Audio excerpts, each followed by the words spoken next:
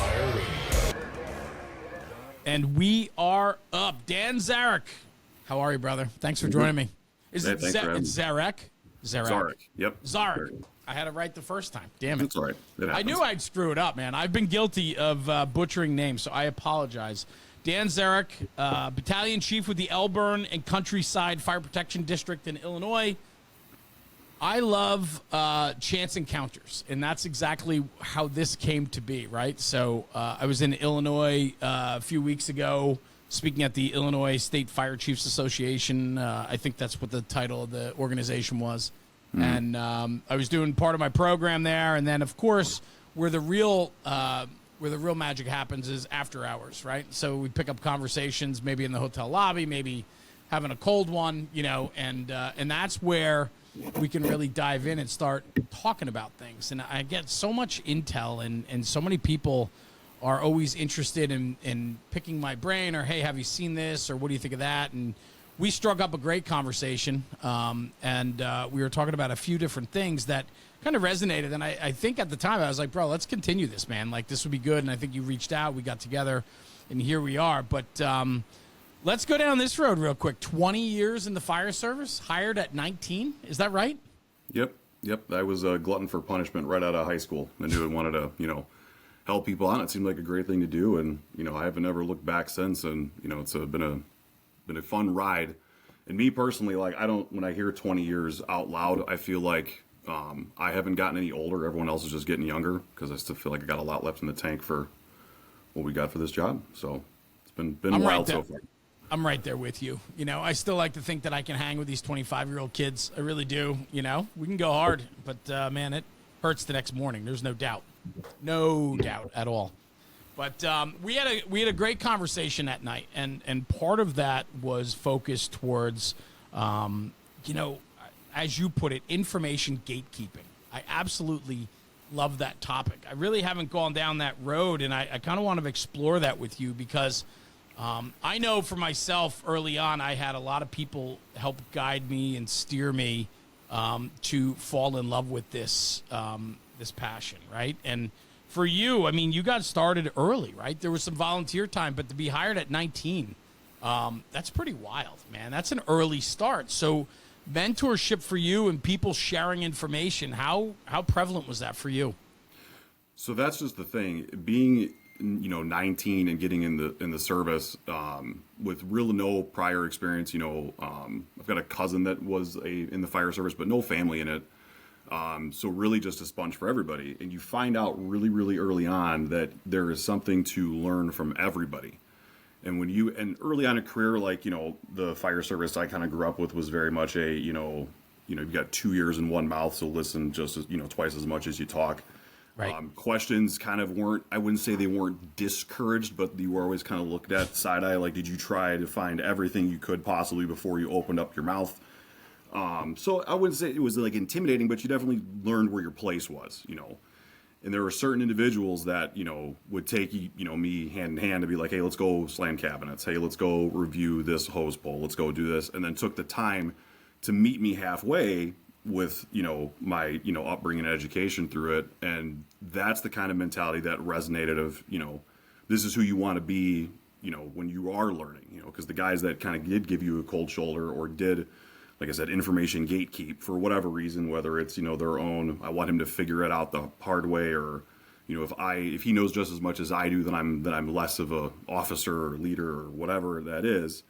The people that, meet you halfway are the guys that you latch onto, and they become your people that you always lean on for further information or for exploring new ideas. And that's kind of how you build your tribe within your service, is by those people who do right by you. Yeah. Did you learn, like, the way that you were taught was very similar to how it was for myself, right? Shut up, kid. We'll get to you, right? You're here. We'll get to you. And they did get to me, right? Like, eventually, once they saw that I was all in, and that, that I was there for the right reasons, if you will, and I'm pushing myself to be as good as I can, then they see that, okay, this kid's got something here. He's, and we're going to get to him, right? I mean, that was a lot of it for me. But in the beginning, man, I was terrified to ask questions. Terrified. Yeah, absolutely. I think the first couple of recruit shifts that I had, I think my primary goal was just to literally survive. Survive. And that was it. Just survive. don't break anything, don't make a mistake. You know what I mean? Like those kind of things, like you kind of act and behave all out of, risk of like what retaliatory consequence is going to happen. If they're like, how many feet's the cross lane? You're like 250. And they're like, that's wrong. And then your whole day is ruined. You're cleaning everything with a toothbrush or whatever kind of shenanigans that is. But it was all survival mode. And as soon as you start building up those people around you that can, that do know you're there for the right reasons, after you've demonstrated, good stewardship of your role and of the department, you know what I mean? Then it becomes less survival mode and more, we're going to start learning and we're going to start understanding more. And you kind of grow your critical thinking concepts within the parameters of, the JPRs that you're learning or your skill sets that you're learning. You know what I mean? So, like I said, it's important to have those mentors around you that don't try to hide any information from you and try to make you the best version of yourself you can be, because that's how you get good firemen, But I think years ago, right? 20 years ago for you and 30 years ago for me, those mentors or leaders we had within the firehouse, I don't think they were ever afraid to give us information. I think that once they recognized that you were a player, that you wanted to be there, and that you showed interest in it and wanted to be better, they wanted to go all in on you, right? 100%. And I think that's where we start kind of teetering into this generational stuff a little bit, because, so my first fire service, at 19, back in 2005, 2006, we still had like libraries where I had to use library cards to find information for school projects. Sure. I didn't have a, like a Nextel Direct Connect was, you were totally so hip. Good, man. Having one. I miss my Nextel. Yeah, it's easier to get a hold of people that way for sure. But now everyone's walking around with personal computers in their pocket. You know what I mean? So, the younger generations, access information is instantaneous. So for me, my information access wasn't instantaneous. I had to do a little bit of work to get to what I needed. And again, versus the younger guys can just do a quick Google search and find that information out. So when they walk into your doors, they kind of expect that same instantaneous information from you. And a lot of guys view, I think a lot of guys view that kind of chain of questioning is almost like a challenge to them a little bit. And they're not. They're in this new environment trying to learn the best they can from the people that are, perceived as experts. So when they ask you a question, answer it. And you're going to start building up that rapport a little bit with them, that way. No new fireman who asks questions wants to be bad at their job. So stop treating them like, they just want a quick, easy answer and then that's it. They're looking to you because this is how they've learned the whole time, is quick information and answers right away for stuff that you can then expound on and kind of develop that question. You know what I mean? Well, it's pretty wild, right? Because when you break it down, we have these generational differences in our firehouses today, that there were guys raised on that shut up kid, we'll tell you when you need to know, versus the generations of today that were raised on technology and innovation, and they have immediacy to their answers. We still have this interesting dichotomy in our firehouses, right? Where you have these older guys that are romanticizing about the way it used to be, versus the generations of today this is how it is today. And we have to find that common ground. And I think there is middle ground here, that common ground, because not everything can be immediate today, right? And not everything can be shut up, kid, we'll get to you when we want. We have to find this middle ground. But I think what was fun about it, and what I struggle with at times, is kind of letting the kids know today that they need to have some patience built in, right? Not everything is perfect and not everything can be immediate. And if you ask me why, I'll tell you why. But please trust in my answer, and if it's coming from an authentic place, if you will. And I think that's where it gets fuzzy, Dan. And I don't know, I kind of want you to go down that road a little bit as I'm babbling here, but I'm babbling in a good way because I'm thinking it out as I go, right? But we have to instill patience into the process, because there is something important about the old days of shut up, kid, go sit in a corner, we'll get to you, versus, hey, I want every answer up front today. There has to be a middle ground between them, no? No, there absolutely is. And that's where I say, like, we're going to meet these younger guys and the academy guys. We're going to meet them halfway, because I want you to show me that you're willing to put in the work, that you're willing to sit there and and listen and learn and retain what I'm telling you. Because I don't want to give you the keys to my house for free. You know what I mean? Like, I want you to have a seat. I want you to earn a seat at my table. You know what I mean? I want you to, I want to break bread with all of you guys, but I want you to show me that you're worth it.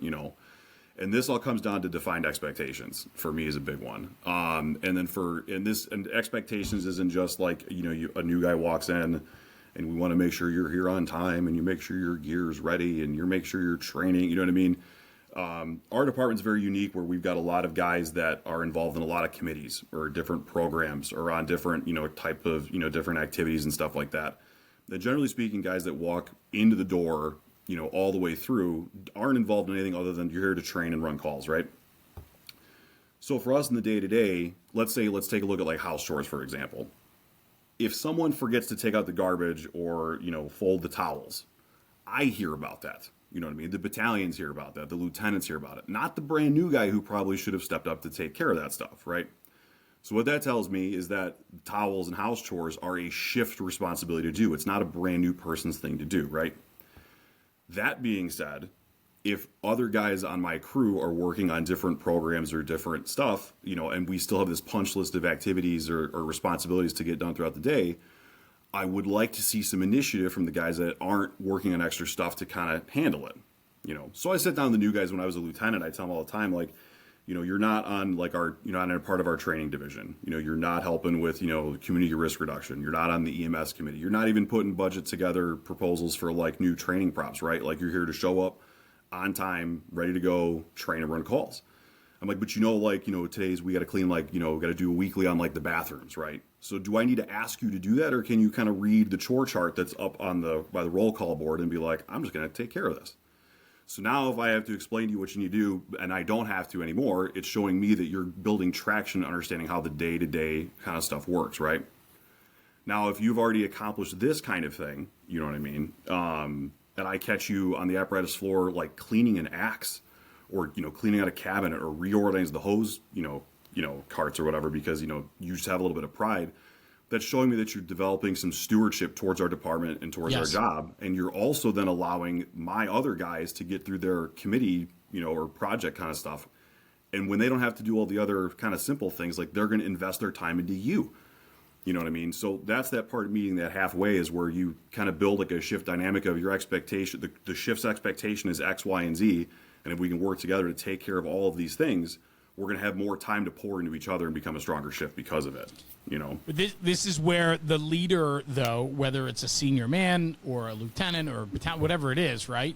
In your case, being a lieutenant at the time, you understood, though, that you had to deliver that message so that they were educated and knew what the expectation is. And I think sometimes the disconnect is we assume that they should know when, in fact, they don't. And if we don't have anybody actually having the conversation with them, and then we hold them to this expectation that they didn't even know they were responsible for, that is a failure in communication.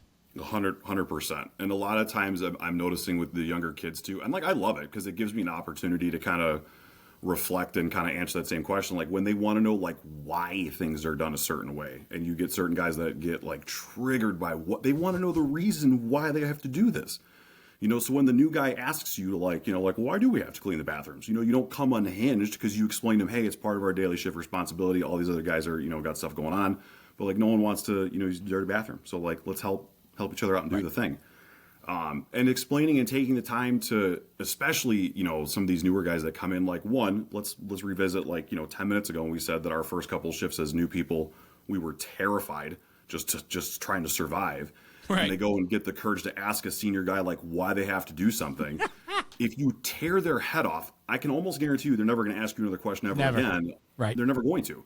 And then you lose that connection, because not only now they're not going to ask you about how stuff within the fire station operates, but they may not ask you why you want to pull, a crosslay versus a skid load for a certain building, because they may feel like they're stupid and that their question isn't worth your time anymore. You know what I mean?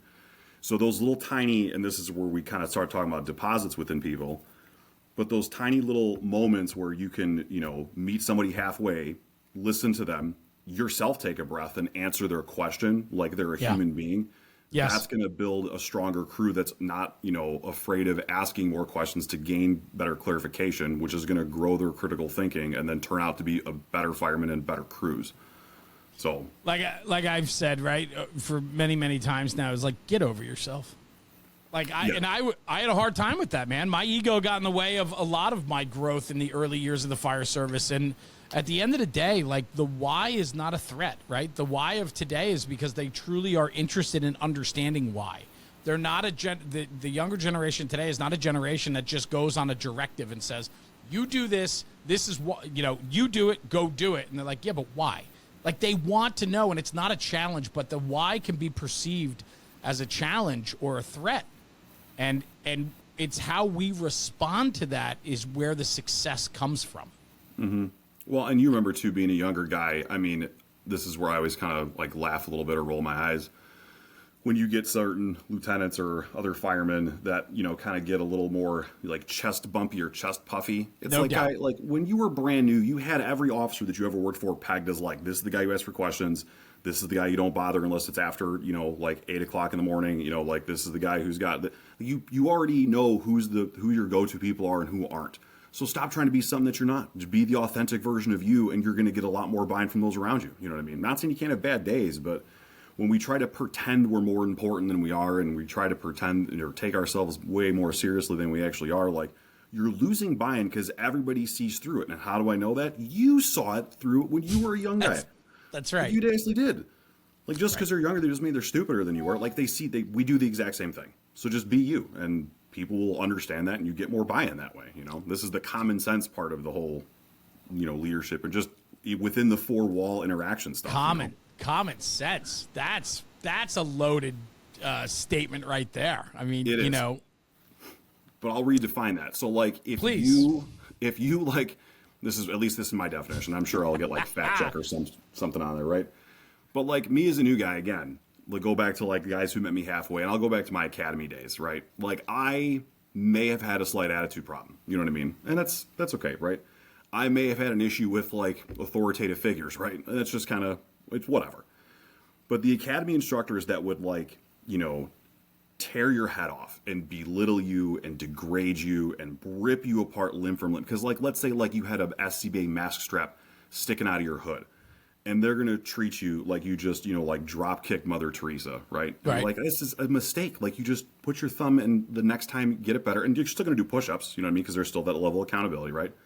But the guys that would completely dress you down in front of others, and whether or not it was just to prove a point, make an example out of you, someone else did it again, pad their own ego, whatever, those instructors I rarely ever listen to ever again, because I'm like, dude, you treated me like crap. Like, I'm not going to come back to you for anything. And they could be the smartest firemen on the absolute planet, and I've already turned you off, and that's a personal problem for me. But like, if that's how you're going to treat people, why would I want to come back to that?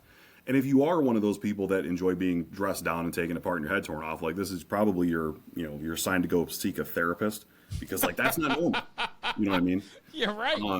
Right. But the instructors that you made a mistake, and it would say, they're like, hey guy, let's try this, let's do this, let's do this. In that moment of vulnerability you're like, this guy actually treated me like a human. I liked that. So, and that kind of example I thought was funny when we started doing our own in-house fire academies, because I remember those first couple of days, like, me and the instructors were like, yeah, we're going to make their life hell, rah, chest bump and this. And you sit there and think, you're like, I hated being treated like that. Why am I going to do it to these guys? And especially because like, when I was, treated like crap, like, I never listened to you again. And I want these guys to listen to what I'm saying. You know what I mean? That does not mean that. Nope, sorry. Go ahead. No. Go. I was going to say, that doesn't mean that in the academy setting or new guys, like, I'm not going to be hard on you, for certain things, because I have to develop a level of conditioning within you. You know what I mean? Like, you have to understand the severity of what we're doing, but there's a way to do it where I don't make you feel like you've been degraded as a human. You know what I mean? I do, and I love this very much, because this is that finding that balance, and a lot of times we're putting forth people into the new careers of others, right? So we got new guys coming in the door. Who are greeting them? Who's running your training academy? Who are the ones that are welcoming these new recruits in in setting the tempo and the expectations. And a lot of times there's a disconnect because the people we have in those positions are the very wrong people to be there, right? And so when you think about that, it's, you know, you are setting the trajectory of somebody's career, right? Or somebody's volunteer passion, right? To fall in love with it. Like we are supposed to be stewards of the fire service, and we want people to engage, and we want people to fall in love with it, right? Isn't that what we want for them? So why don't we support them in that endeavor? Now, yes, we have to draw lines, and there's got to be discipline and structure and all that. But man, let's greet these people like human beings with respect, right? Out of the gate. And I think it goes a lot further. And not only that, but those guys have 20, 25 years in your career. They're not going to forget you. Nope. No, they will not. They're going to come out and ride, potentially in a smaller department. They're going to be riding on the same apparatus you might be again, right? Like, there's that as well. So I just think that, you know, the people that are greeting our recruits need to be structured and disciplined, but understand delivery and how important delivery of the message truly is. It's so important. So very important. And it is. And like at Elburn, I'm pretty blessed right now because, you know, we've had a couple of recruit academies come through, and our, you know, the guys who run our academy program and the primary instructors that are there have really taken a good job of, like, you know, we're going to lead by example. So like, you know, before every academy starts, just a smaller example, we've got PT. All the instructors are doing it with you. You know what I mean? And even if we're not in the greatest shape sometimes, whatever it is, like we're still down there sweating and working with you the same exact thing, because it's important for us to demonstrate what we expect from you. You know what I mean? So, but I have been around that kind of, you know, turn where you have instructors that, again, are there just to, I don't know, pad their own ego or whatever they want to do. And no, again, no one forgets you. You know what I mean? So when I see you on calls or see you this way, oh, that's that, you know, jerk that, you know, X, Y, and Z or whatever. But no, we are supposed to be stewardship of our job. You know what I mean? And when guys do get upset that, you know, they don't care about it as much as I do, well, you didn't share why you loved your job as much as you should. You know what I mean? Like, at what part do you hold yourself accountable for, like, kind of the, you know, the disdain for newer people not appreciating things the way you do, when you had an opportunity to kind of like explain why it is the greatest job in the world, and you chose to put your nose up and not give them any time of day? You know what I mean? Like, and that's that meeting guys halfway and deposit stuff that we, you know, talk about. So yeah, well, I love that, right? And then the other thing too is just to kind of go back to the original question, right? Was the knowledge sharing and gatekeeping of information. And like, you know, today we are smarter and quicker than we've ever been before. I mean, I look at my own kids. I mean, you know, at 17, 18 years old, my two kids that are still home, I mean, they know more than I ever did at that age, right? I mean, it's terrifying how smart our children are. So if you look at the guys and girls coming into the fire service, they're the same way. And so they're coming in a much different place than I did when I came in at 18, 19 years old. I mean, I didn't know anything. I had no life experience. I didn't have, you know, any worldly knowledge. And today these kids are so well versed in everything. And so, you know, we have to understand that they are thirsty for information. We don't get to keep it from them, right? What does that do? Why are guys not sharing? Like you said, gatekeeping the information. Why? Yeah, I couldn't tell you. And whatever individual reasons they are, I mean, that's kind of for them to figure out. To me, it's such a foreign concept for me. That, like, I couldn't imagine that at all. And like it makes me always laugh too when guys will be like, these kids don't know how to make coffee. I'm like, right, so show them. But they can restart an iPad and work around all of our MDT technology faster than us. So like there's a pro and con to all that stuff. No doubt. And like for me, like everybody remembers like their first couple of calls, you know, they ever go on, right? Where like, you know, you're nervous to get a blood pressure, or like you forget to put your hood on, or these little tiny mistakes, because these first couple calls you ever run in these new experiences, like your stress level shoots through the roof. You're not conditioned to the same emergent responses. Like the first time your tone drops, you panic and don't know which way to turn out of the building to go to the call, whatever. Right. As you ascend through your career, like you still have those new experiences. So I remember being a lieutenant, or even like a fake stepdad lieutenant, as my boys would call me, in those acting positions stuff. And like we were, I mean, I don't know, like I had some glory years as when I was promoted, and, you know, right before promoted and stuff. And I had an awesome crew, But like there was no way any of like the collar brass nonsense was going to fly with these guys. You know, they were very much like they were not afraid to hold my ass accountable literally ever, right? But like on calls, like just because you were full-time or part-time, like that doesn't mean I wasn't going to try to share as much information with you as possible about our job, because there is a very good chance that I'm going to forget something. And if I've decided to like, well, you don't need to know this, yes, you do. Because if I forget this and you remember it, like this is why this is important. And I got a story that's... Yeah. Mm-hmm. So one night we get a call, and this is, you know, when with my, you know, my golden crew, right? And like we get a call for, you know, an inside smoke investigation, and we go, and it's a dead end street. It's like 3 a.m. Family's waiting out in the driveway for me. So immediately we park the engine, get out there, and I'm tunnel vision because now I have like, oh, well, the family's here. They're all in the driveway waiting for their pajamas. They're saying like, yeah, detector went off. We kind of smelled something funny, you know, blah, blah, blah, blah, blah. And, you know, me and my backstep are like, all right, cool. We're just going to go right in the front door where they said that this, you know, this smell is. Walk in the front door. Maybe there's a haze. Maybe my eyes are sleepy. I can't tell yet, right? And my backstep opens up the basement door, and we get like a light smoke push out of the basement. We're like, oh, we have maybe a basement fire. Shut the door, start putting all of our stuff on. And as this is happening, my engineer keys up the radio, and he tells me, he's like, hey, just so you know, your 360 is complete, and I've already got positive water. And I'm like, oh. So 2 things that as a lieutenant, as a first in company officer, these are things that you're supposed to like, you know, designate or, you know, like finish and do on your own that I completely forgot about doing. Because like, again, 3 a.m. tunnel vision, here they are, boom, boom, boom. But because of how we've trained, you know, prior to this call, and what my expectations are for incidents and what my responsibilities are to like the guys below me, those things didn't get missed because of the support of my crew. You know what I mean? And I think demonstrating a little bit of like, no officer is ever infallible. You're going to make mistakes. And I think if you're able to train your guys up to what your level is and what your thought process is thinking, and show them what your why is and why you want things done a certain way, they gain a better understanding of why they have to do their job a certain way. You know what I mean? So again, and my engineer that did this was a part-time engineer at the time. So again, because when tones drop and we go on an incident, like the public doesn't care who the sworn members are versus not. They expect professionalism from anybody. So why are you going to treat anybody any differently when you're training or trying to grow your crew? You know what I mean? And this goes back to that common sense thing. You think the new guys that work with you don't want to understand like why or how their lieutenant looks at a certain building, or what size hose they're going to pull to a front door, or why they do it the certain way? You know, like our JPRs that we have for like, let's say you're going to pull a cross lay. A JPR for a cross lay is generally like put arms through loop, pull hose out of, you know, out of engine, go to door. You know what I mean? It's very A to B to C to D, and all the way through, right? Your backstep, though, if I pull off and let's say I don't forget about doing my 360, and we pull up to a house that's, you know, like a room and contents, possible fire, and I go do my 360, my backstep fireman should know that he's going to pull this line. And if I didn't designate which line it is, because maybe, again, there's something else that came into my think tank that forgot to designate which line I need to pull.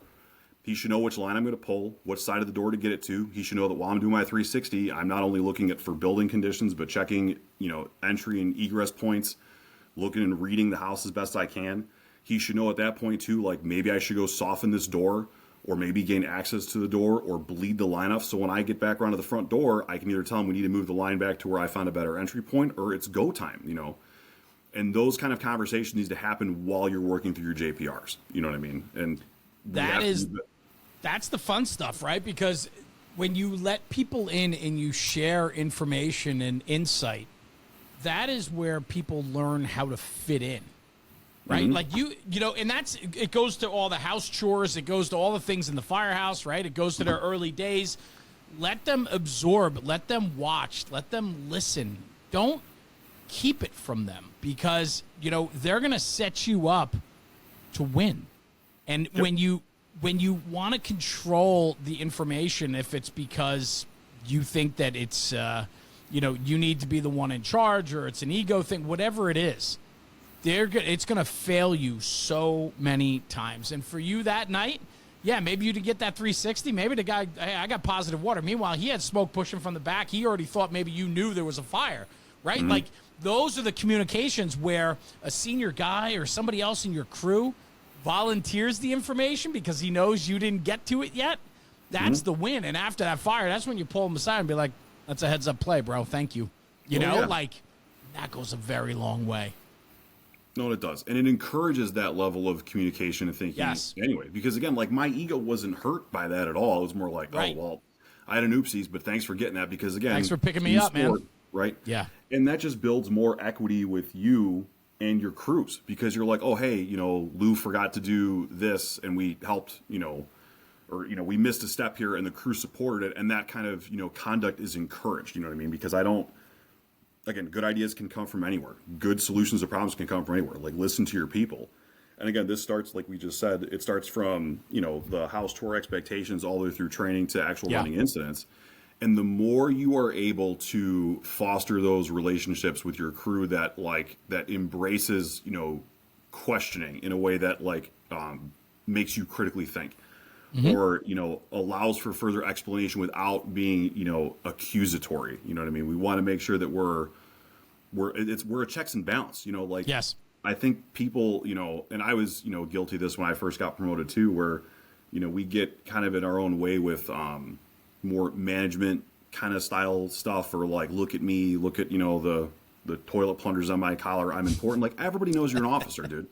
Like, no one walks into a room and is like, who's the lieutenant? It's not the guy with the red helmet. Who could it you don't need to act differently. Just be you. You know what I mean? And you can still command that same level of respect if you respect your guys. And this is where the common sense comes in. So I think a big part of it too, right, is this is how we eliminate that permission-based fire service that has consumed us, where the backstep guy is waiting to be told and the lieutenant's waiting to be told. And it's just that trickle down of, I have to assign you a job. I have to tell you how to do your job. I have to monitor you do your job. And that creates that permission-based fire service that is failing us across the board. I struggle with it. Yeah, and I don't know if the permission-based fire, that's a good way to put it, because like that is exactly what drives me bananas. Because again, like, I like, you know, I own dogs. I like my dogs yard trained. I don't like them leash or in a fence. You know what I mean? I like them to know their boundaries, make good decisions. And if they don't do things or stay in the yard, they come back. You know what I mean? Like, that's what it's all about. And I don't know if it's just the lack of fires we get, or we're all getting younger too. You know what I mean? Like, a lot of the older, you know, saltier, very experienced guys are retiring and enjoying their, you know, what they've earned.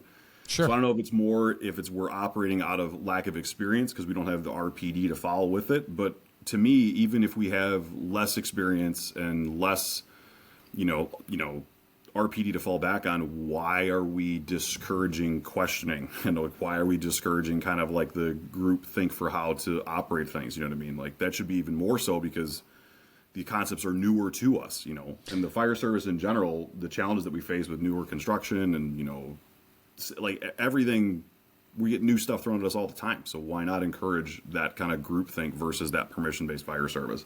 There is nothing better, and I know you can speak to this as a lieutenant and now, right? You were a lieutenant and now a battalion chief, right? Yep. There is nothing better when your company or your crew or your battalion now for you takes initiative and knocks it out of the park, and then you get there and go, yep, done.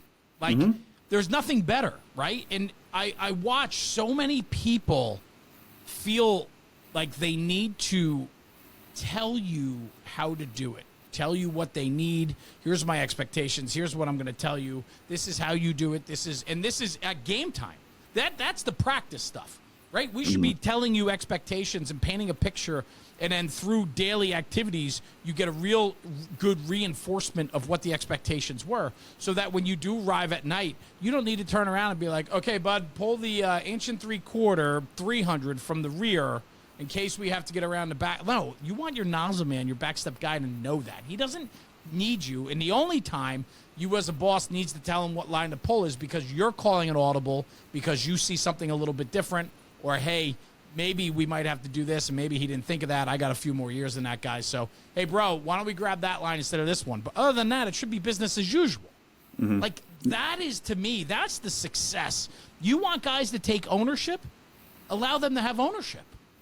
Yeah. Well, and that's just it, too. You think the guys that, you know, or even as I'm reading CAD notes or whatever was going through, and my backstep's like, hey, should we pull this line here? It shows me that they're already thinking. Of what they could, what they could have, what they may need to pull. And like, even if it may seem a little out of pocket, like they're still showing me their thinking and they're engaged in what's going on and they're ready to go to work. Like, you don't think that that guy in another week is going to be one that's going to be, I don't know, taking the time to like clean off the extra irons when they're dirty without being asked to, or meeting the brand new recruit as they walk in the door, saying like, hey kid, let me show you the best job in the world, because they're also treated like human beings that can critically think and function within a crew. Like, that's how you develop a good culture and you develop great retainment, is by allowing your guys to, you know, everybody has their little, I heard this when I, you know, was testing for a lieutenant and going through the ranks and stuff. Like, everyone has their area of focus versus, you know, like their area of concern, you know, right? Into your box that you stand in. And everyone's like area of concern is way larger because everyone likes, you know, the tea or the drama and gossip, and everyone doesn't really focus on what they should be, you know what I mean? But at the same time, like, as a backstep fireman, like, there's a lot of stuff like you can really hone in on and get really good at that's outside of the JPR book that you had to finish to get to shift. So be a master of that area of focus that you should have, and allow your critical thinking to foster within that box, and you're going to become a great fireman, probably a great lieutenant, and, you know, you'd be my chief someday, you know what I mean? There's nothing better when you turn around and you're nozzle man or whatever positions you ride, but like for the engine, you turn around and you're about to say something and that kid's already ready to go, masked up, gloves on, he's bled that line already. You turn around and go, yep, okay, he's got this, just, you know? And it's just a reflection of the culture that you have and the training that you've already done. You know what I mean? Like, I don't want to go up on scene and have that permission-based fire service where, like, my engineer is going to ask me if it's okay to get positive water. You know what I mean? Like, that's not, like, you just do your job. I want you to do your job and think. And, like, you know, I've had, you know, some experiences with other guys in other, you know, departments and, you know, other crews and stuff like that are very apprehensive about doing those things, because you can tell at a certain point in time they got their head torn off for thinking like that.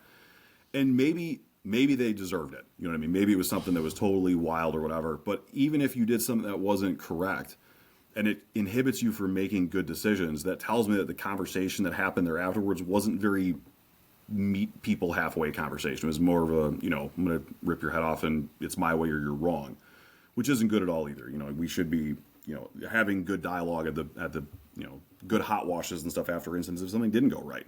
And encouraging our people to do their jobs. Let them let firefighters work. They want to work. Let them work. Well, yeah. And if something, and I think we also get caught up in a little bit of issues with, you know, perfectionism a little bit. And like, we just did some building construction size up training, you know, about a month ago. And we kind of go back and forth on like what you consider like a large versus a medium versus a small size building. Sure.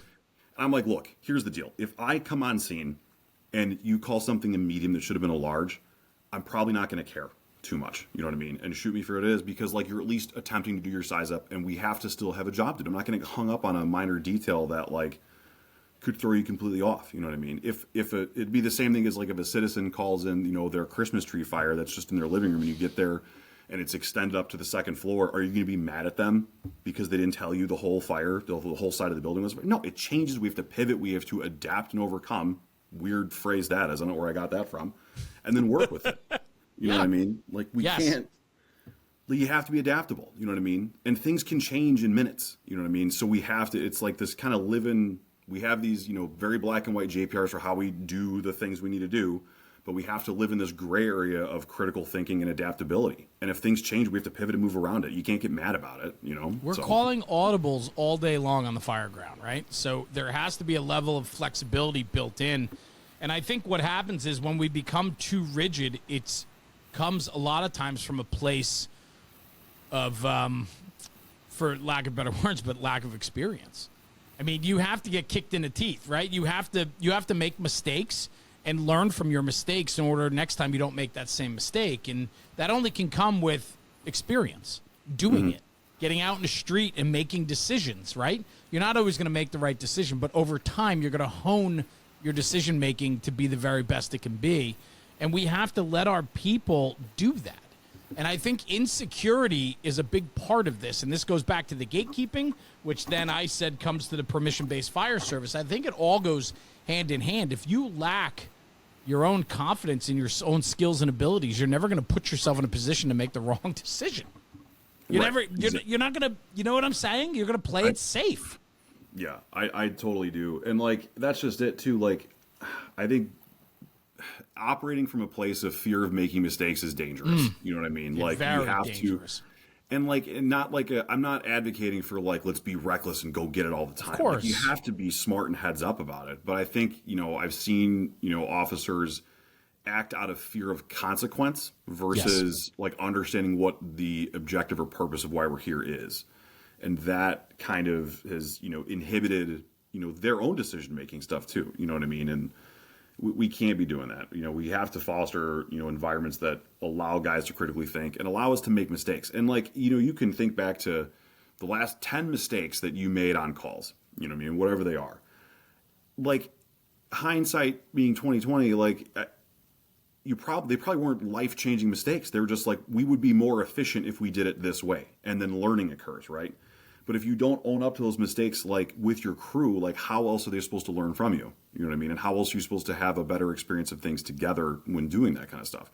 The same flip side of it, if you had great success doing something, share what made it successful, you know what I mean, with everybody, and learn from that in the same way too, We don't have very many opportunities for experience to kind of show us and paint us the best right ways to do things. So again, rely on your crew to, make those better decisions and stuff.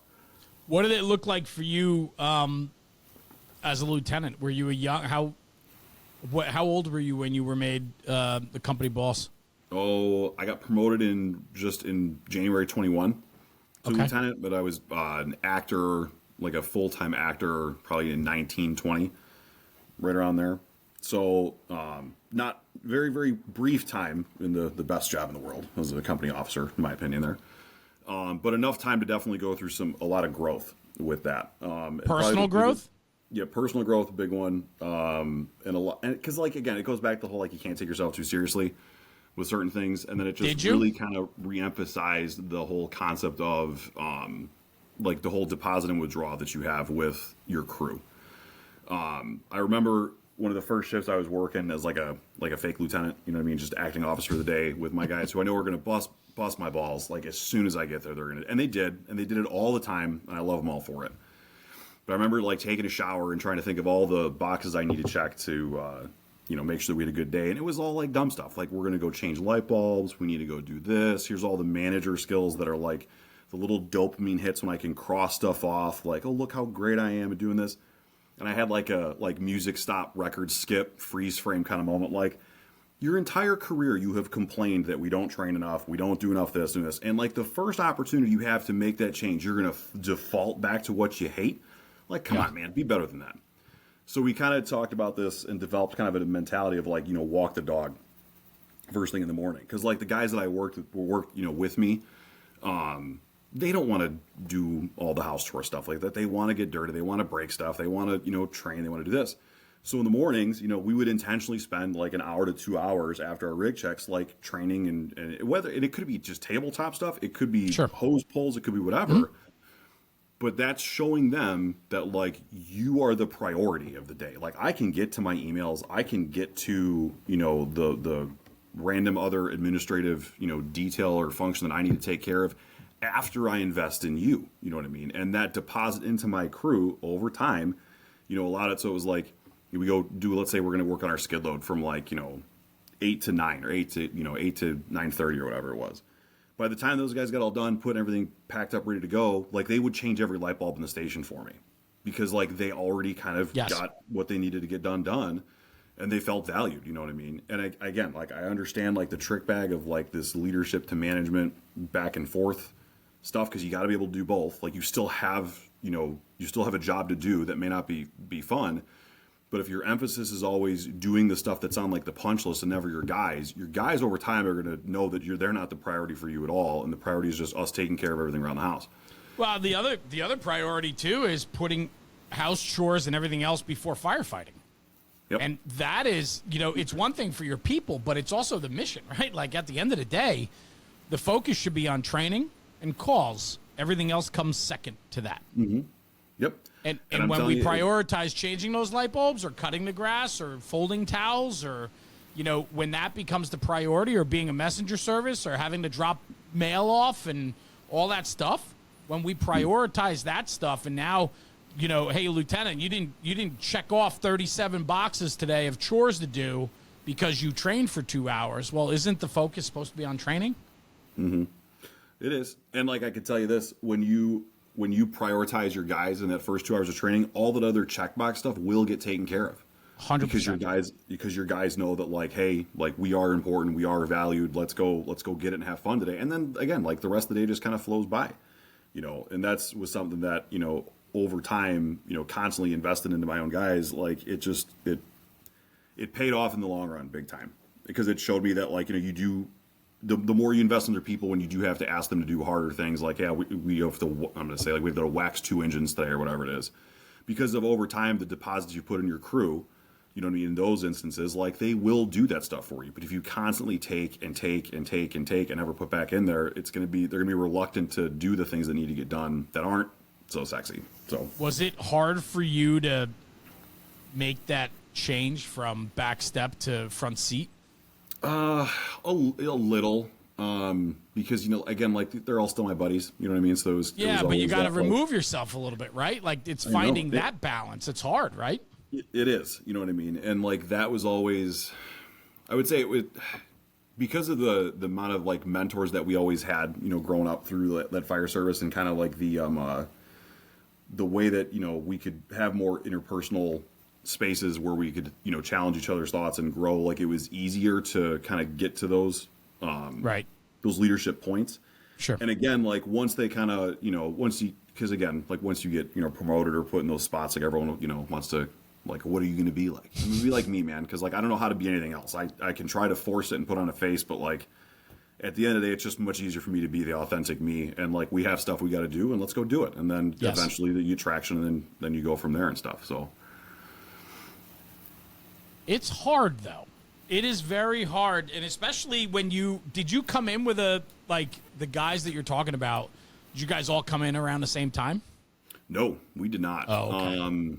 We were 2 of the guys that were hired full time. One of them came in probably like 2-3 years after me, and then one of them was probably another 2-3 years after that, and then a handful of them were all part timers and stuff like that. But a lot of the guys that were the part timers that worked, like, assigned to my shift, were also recruits. Like, I taught their EMT class. We taught their fire academy. So, like, there was a lot of history of deposits with these guys to build that comfortability to ask those challenging questions. You know what I mean? And I knew from knowing them for the time that I did, that it did come from a place of, like, not just to, bust my balls, but, like, it came from a place of, like, they want to get better and they want to know my thought process on it. And because there was a level of comfortability, they were okay asking me, like, well, why do we, care about, the showings acronym, for example, like, why do we care about, reporting back X, Y, and Z? And having that comfortability made it easier to kind of settle into being that, like, crew first company officer, because, like, I know these guys aren't coming at me to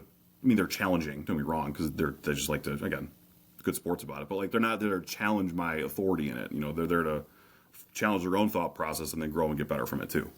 What I think's exciting then is for you to be able to have a seat at the table, because we want the right people at the table, because at the table is where the decisions are being made. And so if the guys that are the go-getters and the ones that are running good companies and controlling the tempo don't want to move their way up to decision-making seats at the table, well, the wrong people are going to find their way there, and then the wrong people are making decisions based on what you and I want instead of what we, instead of what we get. Mm-hmm. Yeah. No, there's obviously some truth to that. And, like, I'm totally fine with guys being comfortable where they're at and then being masters at their craft. They're not ascending. Oh, I'm okay with that too. Don't get me wrong, but we do need a couple of them to represent us. You for sure do, but that kind of that mentation for good lieutenants and good guys that have seats at higher tables starts when they're brand new. You know what I mean? Like, if you have a guy walk in who's 19 and he's treated like absolute crap from day one, when he finally gets a seat at the table, if this is what he wants to do, you think he's not going to emulate those behaviors of how he was treated? No, he's going to. You know what I mean? So from day one, you need to start meeting people halfway, taking the time to explain the whys of this job, showing them what good stewardship looks like and why you love it, being the example you want to see from them. And this mindset, and that kind of, you build that good, strong tribe, it's going to transcend as they go up. They just already inherently know, like, what good culture feels like, and they're going to keep doing it just with their own spin on it. You know what I mean? Yeah. I would always tell people, like, people would ask me, like, like, what, got any good advice for being a good lieutenant, or, a good company officer, or whatever it is. And I'm like, sure, I got advice. I'm like, you like, think about your top 3 lieutenants that you worked for. What made them great to you? Like, what did that, right? I'm like, you just think about it, don't answer it. Do those things. Do the things that made them, why they were awesome for you. Because I guarantee you, it was probably like they, treated you with respect. They answered your questions. They weren't infallible. You know what I mean? But they still had an excellent command presence. You trusted them with their decision-making skills. They didn't information gatekeep. Team players. Do those things, because you have firsthand experience of how good it feels to work for those people. Yes. So be that person. Like, you're going to have your own spin on it anyways. Mm-hmm. You know what I mean? And you're a leader for a reason. There was an interesting thing I read the other day that said something like, we don't teach what we inherently know. We just teach what we're taught, which I thought was pretty interesting. So, like, if you have guys that have good leadership skills naturally, you're always going to naturally be able to move and lead people. You know what I mean? The skill sets of the job and the ins and outs of the four walls, that's the stuff that, we get taught. So, right. While you have your own attitudes and beliefs from how leadership should look like and how you were raised, or how you were, good leaders that you experienced with it too, like, that's kind of developing into your own character and who you are as a person. So just be yourself. Yes. Be that good leader, and then everything else will fall into place. You know what I mean? Like, it's heavy air quote common sense, but, like, that's what it is. Yeah, no, and I agree with you 100%. I want to, then let's pivot just a little bit, because a lot of that is, you are who you are, right? And the part that I can teach you, I can't teach you. I can demonstrate integrity and good character and give you, an example of good traits, but inherently you have to have that. You have to find that for yourself. You have to know who you want to be. And I can teach you the skills, right? We can teach the textbook. I can teach you the hands-on. I can teach you the skills, but I can't teach you to be the person, right? Does that make sense? Well, yeah. Totally makes so sense. then Yep. for you guys have developed your own in-house academy, correct? Mm-hmm. So teaching skills, you guys control that tempo now, right? So that's kind of a good thing to be able to control that in-house.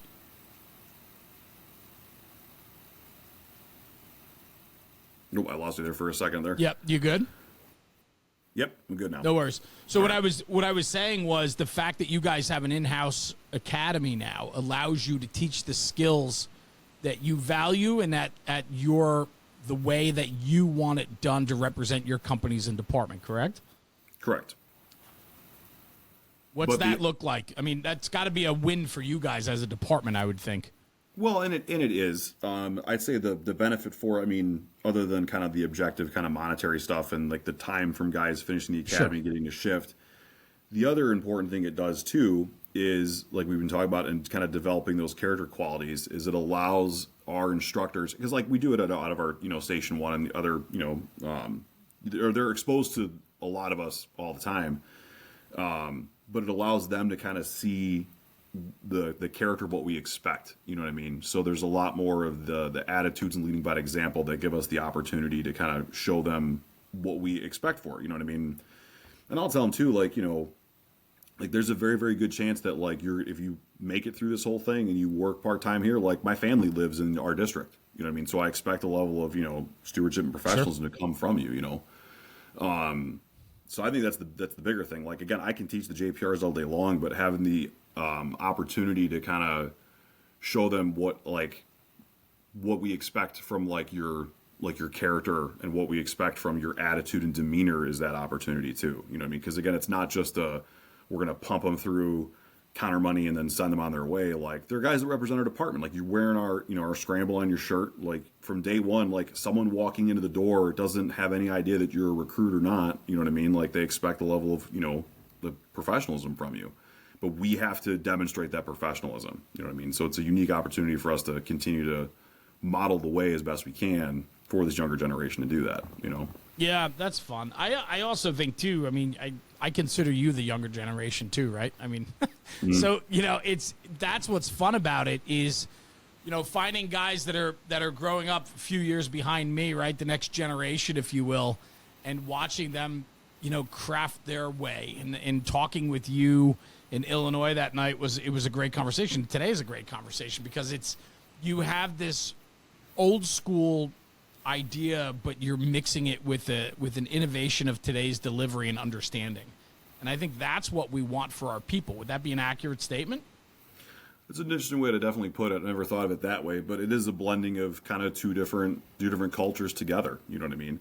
And that's really what we want to be able to do. Like, because again, like I want guys to know why this is the greatest job in the world. You know what I mean? But if I never have that conversation, explain it to them, they're never going to get it. You know, younger generations, you know, today there's like a profound sense of they want to have something to belong to. You know what I mean? That's right. why you look at all the different, you know, I'm not going to go into like the activism type whatever stuff, but like they always have to have something to hang on to give them purpose. Yes. Well, Guy, the fire service is one of the biggest, largest groups of people that can give you a profound sense of purpose. I love that. And it's even cooler if you show me that, like, you're worth your weight, you know what I mean, where you can break bread with guys that are 20 years older than you, you know, and then take interest in you and then learn about you and stuff like that. Like, you have the whole world. The world is your oyster, you know, in the fire service, you know what I mean? But we have to show them why it is that way, because they'll find it somewhere else and then we lose them. So...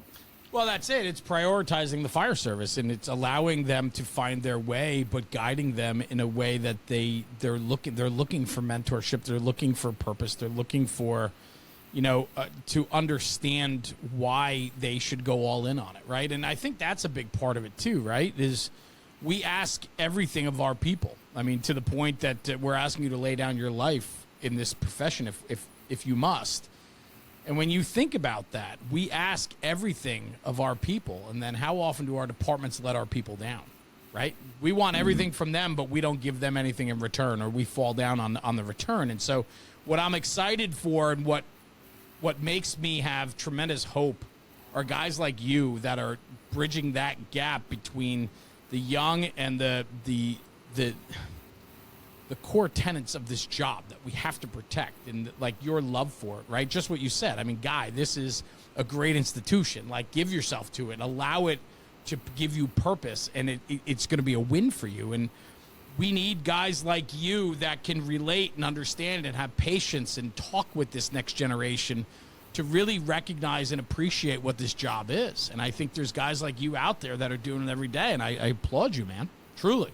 I appreciate it. I mean, it's just trying to do right by everybody else, for all the great mentors and people that have had to do right by me. You know what I mean? And that goes back to that common sense thing where there were plenty of opportunities where I could have gotten totally kicked to the curb and been recycled and whatever else it is. But, you know, I had a lot of people in my corner that, you know, helped stand me back up, dust me off, and go say, we'll get it again next time. You know what I mean? And then, like, seeing younger guys, you know, that, you know, maybe struggle with their, like, EMT class, takes them a few times to pass their stuff and has issues with their recruit books, but you don't quit on them. You know, 18 months, 2 years down the road, you're going to their swearing-in ceremony in another department, and their lieutenants and their career guys are, you know, telling you what a stand-up kid this guy is, and, you know, like, we're lucky to have him. You know, it sucks that you're going to lose him. You know what I mean? Like, those are the deposits for you to tell you that, yeah, you know, it is job validation. You are doing a great job, and you should keep it up, because you never know whose success story you're going to expire next by being just being a good human being. You know what I mean? And that's that common sense. I think everybody deserves the same chance I had and that you had, right? And, you know, when you look at the success of an individual could truly and simply just come down to how they were treated when they walked through the door. And I think that, you know, we shouldn't allow somebody else to write our own story. And, you know, impressionable young kids coming through the door, we have to give them an opportunity to find themselves in this. We have to allow them to fall in love with it on their terms, if you will, while guiding them. But let them have a chance. Some of these guys don't give anybody a chance. Nope. No, and I heard this a while ago, and this kind of feeds into that, you know, don't let anyone write your own story stuff. I can't remember which other podcast I was listening to, but there was a bit in there about how legacy in the fire service is absolute nonsense. And the way he explained it, I'm like, all right, I'll buy that. And it fits with us now. We just got our badge wall board up at our station, and I'm willing to bet you, like, the people that are, you know, numbers like, you know, 1 through wherever we're at, all these people are important, right? Myself is on that board included. I could probably ask the new recruits who the top 3 badge 1, 2, and 3 are on that board, and they would have no idea who these people are. You know what I mean? Right. There may have been a kind of a big deal for our organization, right? But their legacy kind of stops at wherever their stories aren't being told anymore, right? Right. What this guy did say in this podcast, though, is that your impact you make with people is everlasting. So when you walk into that door, and if you were like, shake their hand, nice to meet you, I'm so-and-so, let's go show you around, versus like, very standoffish, that impact you made with that individual is forever. You know what I mean? So if you have any hope, I think what I'm trying to get at is, like, if you have any hope of having an everlasting legacy in the fire service, you better be very, very good at making great impact with everybody around you, because that's how your legacy is going to be continued. You're not just a number or a name etched into some concrete above an archway in your station. Like, you're a person who helps people. And the more people you can help in a good way, the more impact you can make with others, the better legacy you're going to have being told by those other people, if that makes kind of sense. So good. Yeah, it's so good, dude. There's so much there. And even for you, I mean, you said you had no family in the fire service, right? Nope. So you had to find your way. You weren't tutored from a young age about what this looked like, what it is. You had to come through the door, take a chance, and you fell in love with it. Yep. And here we are. That's legacy, bro. It's how you treat people and how they're going to talk about you the day you leave. Mm-hmm. Right? Yeah. That's so good. That's really good. When I was brand new, I had a lieutenant. Well, he was a lieutenant for their department, and he was a part-timer at Elburn. And he made some comment, and I was like 19, and I'm like, this guy doesn't make any sense. He said that when he retires, he hopes that, how did he word it? That, like, that nothing would ever change, like, if he's gone. Like, he said something kind of like off the cuff like that, and I was like, what do you mean, like, you hope that when you retire, like, nothing would change? He's like, oh, no, what I mean is, like, I hope that because of my knowledge and experience that I have in the job and constantly sharing it, like, I'm not ever needed to work here, because I've built up everybody else around me to almost build myself into being obsolete, because I've shared everything I have. Yes. You know what I mean? Like, the seniority is just a measurement of time if you don't share your information with anybody else. And that was his mentality. He's like, I hope they miss me because I'm, fun and they like me. But, like, I hope I'm never, like, when I'm gone, they're like, oh, we really needed him for this because he didn't bother training those next guys up. You know what I mean? And I think that resonates with that impact versus legacy conversation, too. Really well said. And it also brings it back around full circle. Excuse me. Knowledge sharing. I gave you everything while I was here. I went all in, gave you everything that I had. So when I leave, my legacy will live on through all of you. Yep, exactly. Done. That's it, man. Dan, thank you, brother. An hour goes quick, man. That was a fun conversation. I truly appreciate it. It was a good time.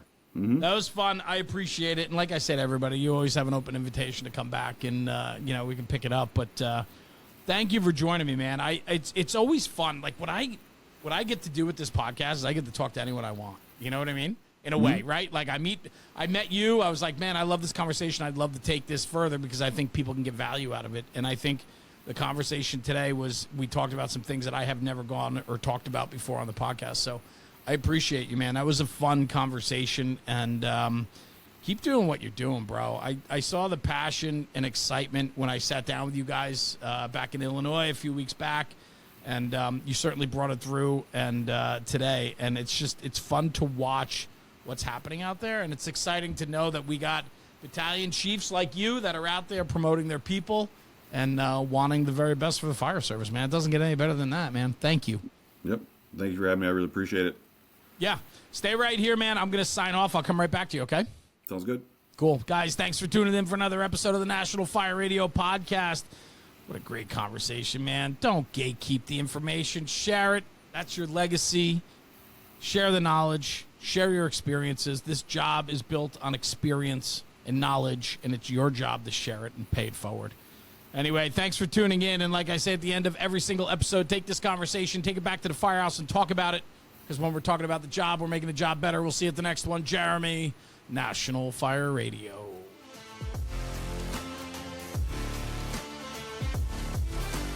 National Fire Radio.